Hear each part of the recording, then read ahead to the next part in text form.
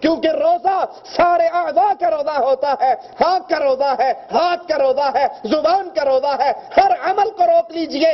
روزہ تو ڈھال ہے، ہر عمل کو روکیے، ہر غیر شرعی عمل، ہر وہ عمل جس سے آپ کے روزے کے نمبر کم ہو، آپ کی عبادت کے نمبر کم ہو، اس سے رک جائیے۔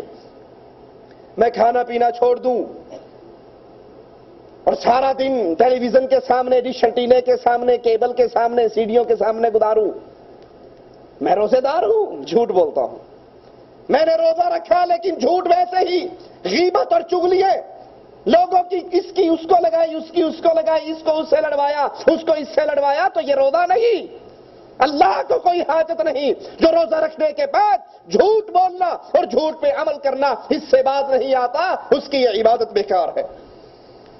رسول اللہ صلی اللہ علیہ وسلم فرماتے ہیں الصیام جنہ فَإِذَا كَانَ يَوْمُ صَوْمِ أَحَدِكُمْ فَلَا يَرْفُثْ وَلَا يَصْخَبْ فَإِنْ صَابَهُ أَحَدٌ أَوْ قَاتَلَهُ فَلْيَقُلْ إِنِّي صَائِمٌ۔ روزہ ایک ڈھال ہے، جہنم سے ڈھال ہے۔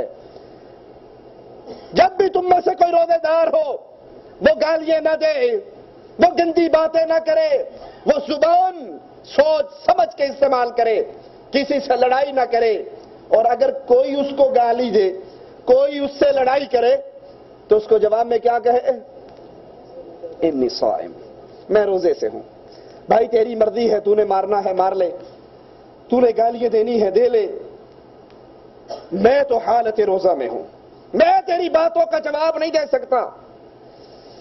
اور جب مسلمان کسی کی زیادتی پہ خاموش ہو جاتا ہے، رسول اللہ صلی اللہ علیہ وسلم فرماتے ہیں دو آدمی کسی مسئلے میں جھگڑے، یہ کہے میرا حق ہے، یہ کہے میرا حق ہے، کسی چیز پہ دعویٰ ہے، وہ کہتا ہے میرا ہے، وہ کہتا ہے میرا، اسی پہ جھگڑا ہو رہا ہے۔ پیارے حبیب علیہ الصلوۃ والسلام فرماتے ہیں حق والا، سچ والا، جس کا وہ حصہ بنتا ہے، اگر جھگڑا ختم کرنے کی نیت سے اپنے حق سے دستبردار ہو جاتا ہے کہ یار تو لڑ نہ، لے لے جان چھوڑ، لڑائی نہ کر، گالیاں نہ دے، پیارے حبیب فرماتے ہیں میں اس کے لیے جنت میں ایک چبوترے کی گارنٹی دیتا ہوں۔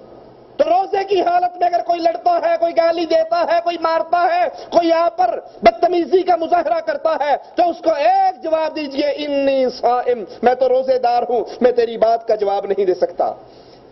روزے دار کو چاہیے ہر طرح کی بری باتوں سے، فضول کلام سے، فضول باتوں سے اپنے آپ کو، اپنے دامن کو بچا کر رکھے۔ اور سوچ لیجئے جب کسی کی لڑائی کا جواب نہیں دینا، جھوٹ نہیں بولنا، غیبتیں نہیں کرنی، چغلی نہیں کرنی، تو کیا روزے دار کے لیے جائز ہے کہ وہ سارا دن ٹیلی ویژن کے سامنے بیٹھ کر فضول کاموں میں اپنا وقت گزار دے؟ یہ روزہ اور یہ حالت روزہ تو بڑا عظیم عمل ہے، اس عمل میں دعا کیجئے۔ رسول اللہ صلی اللہ علیہ وسلم فرماتے ہیں روزے دار کی دعا کو اللہ رد نہیں کیا کرتا۔ مالک عز و جل فرماتا ہے، حدیث قدسی ہے، آدم کے ہر بیٹے کا عمل، اس کا ہر عمل، آدم کے بیٹے کا ہر عمل اس کے لیے ہے۔ وہ نیکی کرتا ہے، اس کی نیکی میں اضافہ کیا جاتا ہے، ایک نیکی کرے گا، مالک عز و جل فرماتا ہے ایک نیکی کو 10 گنا بڑھا کر اجر دیتا ہوں، اور 10 گنا سے لے کے 700 گنا تک بھی اجر بڑھ جاتا ہے۔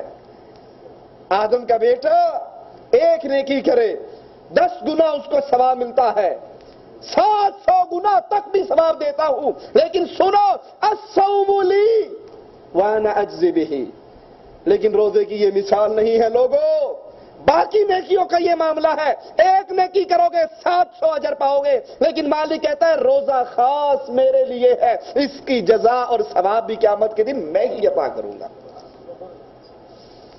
الصوم لی، مالک کہتا ہے روزہ میرے لیے، اس کی جزا بھی میں نے دینی ہے۔ روزہ گناہوں کے خاتمے کا سبب بن جاتا ہے۔ رسول اللہ صلی اللہ علیہ وسلم فرماتے ہیں 5 نمازیں، جمعے کے بعد دوسرا جمعہ، رمضان کے بعد دوسرا رمضان، 5 نمازیں، جمعے کے بعد دوسرا جمعہ، رمضان کے بعد دوسرا رمضان، درمیان کے گناہوں کے لیے کفارہ بن جاتا ہے، بشرط کہ یہ آدمی اس دوران گناہ کبیرہ کا ارتکاب نہ کرے. صحیح مسلم میں یہ روایت ہے.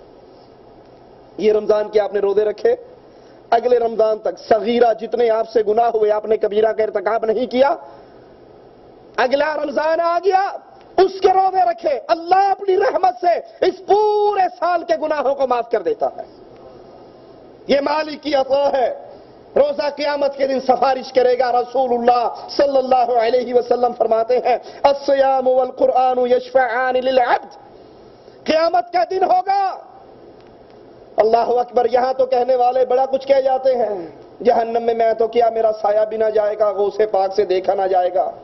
غوث کا دامن پکڑ کے مچل جائیں گے اور چپٹ جائیں گے اور پکڑ لیں گے. غوث چھڑا لیں گے, بابا چھڑا لے گا, مولا علی چھڑا لے گا. حشر کا میدان ہوگا, علی علی کا نعرہ ہوگا, ملنگوں کا قبضہ ہوگا. کہنے والے بڑا کچھ کہتے ہیں, لیکن سنیے قیامت کا منظر بڑا عجیب ہے. یہ پیر, یہ بابے, یہ مولوی, یہ ملا جو یہاں پر جیب بھرنے کے لیے اور پیٹ بھرنے کے لیے کہہ دیتے ہیں فکر نہ کرو ساڑھی 11ویں دن دے رہے آجے, اسی جانے تو رب جانے, آپ پہ نبلنا گے. لیکن قیامت کا منظر کیا ہے؟ محمد کریم علیہ الصلوۃ والسلام مومنوں کی ماں عائشہ کی گود میں سر رکھے لیٹے ہوئے سوئے ہوئے, عائشہ کی آنکھوں سے آنسو گرتا ہے, آقا کے چہرے مبارک پر اٹھ جاتے ہیں. کہتے ہیں عائشہ کیوں رو رہی ہے؟ جواب میں کہتی ہے یا رسول اللہ صلی اللہ علیہ وسلم قیامت یاد آ گئی تھی, حشر کا میدان یاد آیا تھا. اللہ کے پیارے حبیب کائنات میں آپ کو عائشہ سے بڑھ کر کسی سے پیار نہیں ہے, کیا اس عائشہ کو حشر کے میدان میں یاد رکھو گے؟ پیارے حبیب علیہ الصلوۃ والسلام نے فرمایا عائشہ 3 موقع آنے والے ہیں, 3 گھڑیاں ایسی ہیں کوئی کسی کو یاد نہیں رکھے گا, محمد عائشہ کو بھول جائیں گے صلی اللہ علیہ وسلم. یہ وہ منظر ہے قیامت کا. لیکن یاد کیجئے اللہ کے پیارے حبیب روزوں کے بارے میں کیا فرما رہے ہیں. قیامت کا دن ہوگا, یہ روزہ, یہ قرآن قیامت کے دن سفارشی بن کے اللہ کے دربار میں پیش ہوگا.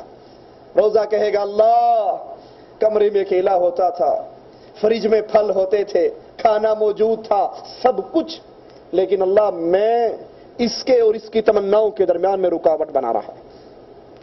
اللہ اس نے میرا خیال رکھتے ہوئے کبھی تیری نافرمانی نہیں کی. قرآن کہے گا اللہ لوگ راتوں کو سوتے تھے, کاروبار کرتے تھے, میں اس کو ساری رات جگایا کرتا تھا, یا رات کا کچھ حصہ جگایا کرتا تھا, یہ میری تلاوت کرتا تھا. اللہ آج یہ تیرا بندہ تیرے سامنے ہے, دنیا میں اس نے ہمارا خیال رکھا, آج ہم اس کی سفارش کرتے ہیں, اللہ اس کو معاف کر دے. پیارے حبیب نے فرمایا اللہ عز و جل روزے اور قرآن کی شفاعت قبول کر کے اس بندے کو جنت عطا کر دے گا.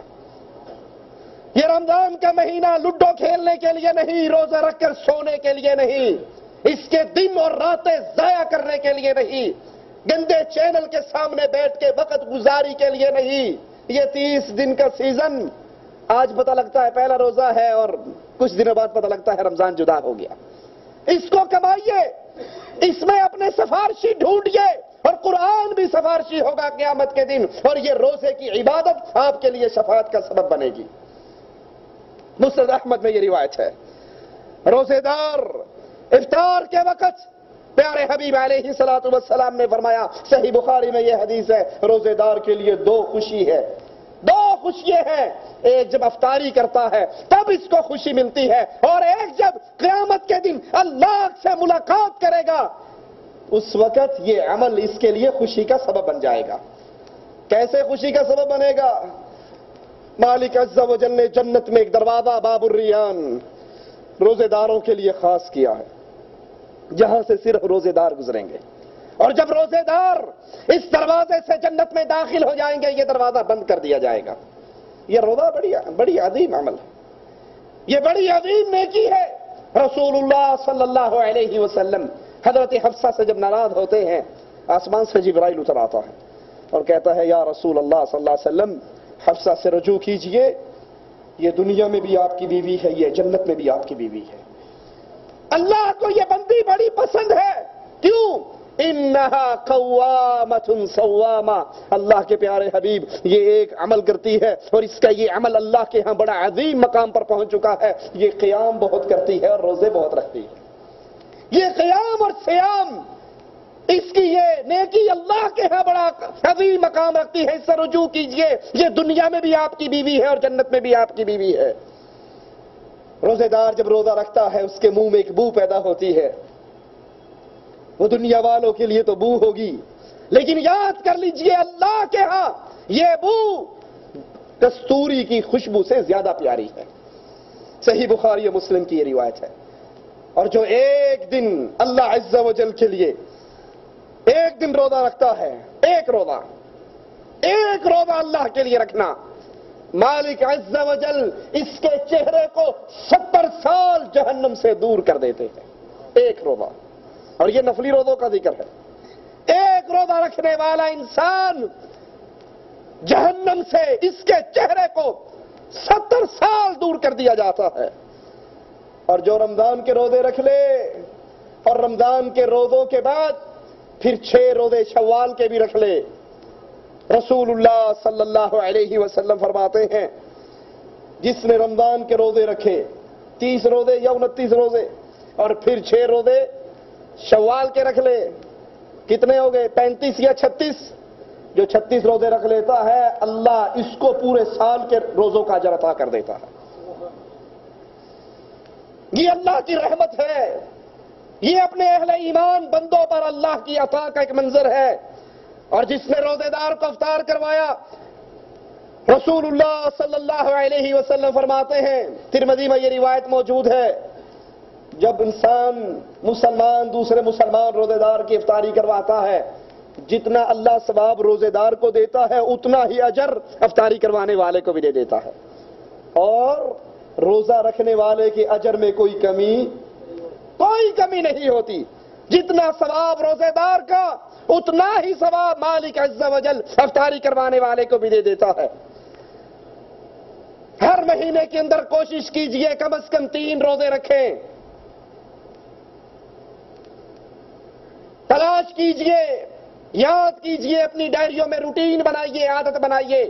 عرفہ کا دن آئے جب حاجی عرفات میں اکٹھے ہو اس دن کو روزہ رکھیے. عاشورہ کا روزہ رکھیے اور جمعرات اور سوموار کا روزہ رکھیے. رسول اللہ صلی اللہ علیہ وسلم فرماتے ہیں اس دن اعمال اللہ کے دربار میں بلند ہوتے ہیں اور میرا جی چاہتا ہے جب میرے اعمال اللہ کے دربار میں بلند ہو تو اس میں لکھا ہوا ہو تیرا بندہ آج روزے سے تھا.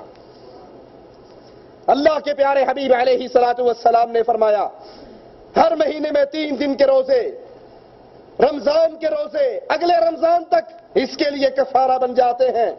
اور یہ ہمیشہ کا روزہ ہے جو 3 دن روزے رکھے، رمضان کے روزے رکھے، یہ ایسے ہے جیسے ہمیشہ کا روزے دار ہے.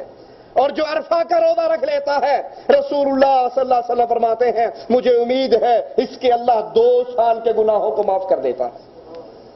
اور جو عاشورہ کا روزہ رکھتے ہیں، اور یاد کر لیجئے عاشورہ کے روزے کا تعلق شہادت حسین سے نہیں ہے، کربلا کے قصے سے نہیں ہے، بلکہ یہ روزہ اسلام سے پہلے بھی معروف تھا. اللہ کے پیارے حبیب مدینے میں آئے علیہ الصلوۃ والسلام، یہودیوں کو دیکھا روزہ رکھ رہے، کہا یہ کیسا روزہ ہے؟ کہا یہ موسیٰ علیہ السلام کو نجات ملی تھی فرعون سے، فرعون غرق ہوا تھا، اس کی خوشی میں ہم یہ روزہ رکھتے ہیں. اللہ کے پیارے حبیب نے فرمایا موسیٰ تو ہمارا بھائی ہے، ہم زیادہ حق رکھتے ہیں کہ ہم یہ روزہ رکھیں، لیکن سنو یہودیوں کی مخالفت کرو، ایک دن زیادہ وہ 10 کا رکھتے ہیں، تم اس کے ساتھ 9 کو ملا لو تاکہ وہ عمل بھی ہو جائے اور یہودیوں کی مخالفت بھی ہو جائے. اور ہر مہینے کے 3 روزوں کے بارے میں عمر ابن خطاب رضی اللہ عنہ وارضا، ابن مسعود اور ابو ذر سے جو روایت آتی ہے وہ عربی تاریخ کی 13، 14 اور 15 یہ 3 دن روزے رکھیے اور اس کا پھر مالک کی طرف سے اس کا بدلہ اور اس کی عطا ایسے جیسے انسان ہمیشہ سے روزے دار ہے. یہ رمضان کا مہینہ بہاروں کا مہینہ ہے، نیکیوں کا مہینہ ہے، یہ نیکیوں کا سیزن ہے. یاد کر لیجئے جب رمضان کا مہینہ آتا ہے آسمان کے دروازے کھول دیے جاتے ہیں، جنت کے دروازے کھول دیے جاتے ہیں، جہنم کے دروازے بند کر دیے جاتے ہیں، شیاطین کو قید کر دیا جاتا ہے۔ صحیح بخاری اور مسلم میں یہ روایت موجود ہے۔ آسمان کے دروازے کھل گئے، جنت کو سجا دیا گیا، جنت کے دروازے کھول دیے گئے، شیطانوں کو قید کر دیا گیا۔